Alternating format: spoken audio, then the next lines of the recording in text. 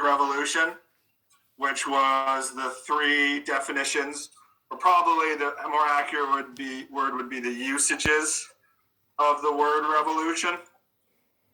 Does anybody recall any of those kind of definitions or meanings of the word revolution, or how we use them today? Of a what? Okay, so because it's connection to the scientific revolution, right? So something that is some type of cyclical pattern, right? Like an actual planet's revolution around the sun.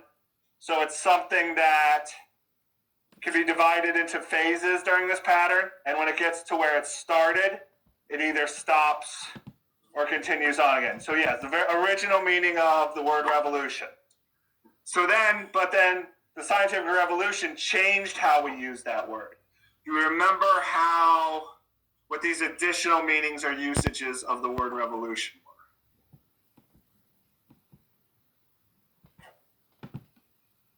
It's like something that affects like the entire world.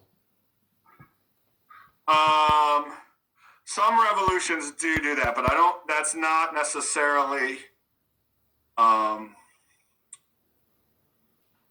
the meaning in the ways that we looked at them. So yes, things like the Neolithic Revolution and the Industrial Revolution, yes, absolutely have affected the entire world. And some of those historians would argue that the French Revolution both directly and indirectly affected the whole world, but that wasn't necessarily one of the meanings.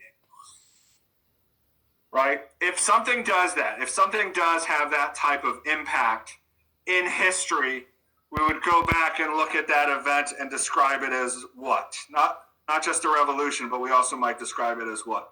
Things like the Neolithic Revolution, Industrial Revolution, Scientific, French.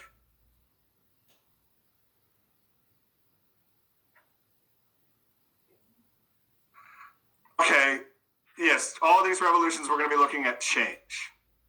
What might we describe that event as? Oh, I know, but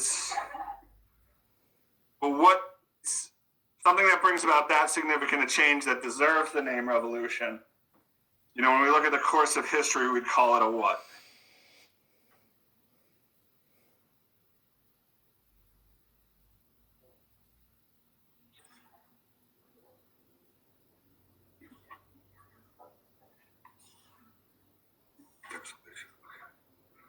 Caleb is the only one we don't know where he is. Well, I'm right here.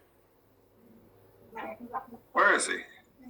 Oh, the same thing where I had my stupid thumb over his name again. Keep doing this. Was it you that I did this last time or somebody else? I think it was somebody else. Yeah, okay, that was my bad. I had my thumb over. Even though I could see your avatar, whatever the hell they call it, my thumb was over your name. All right. Let's go.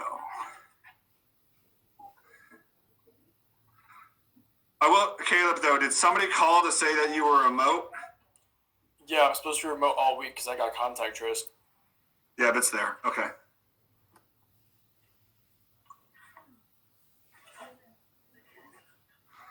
Okay.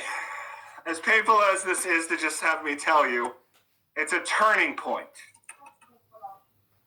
Sure. So the idea that it's a turning point that brings about long-lasting or permanent change in the course of history.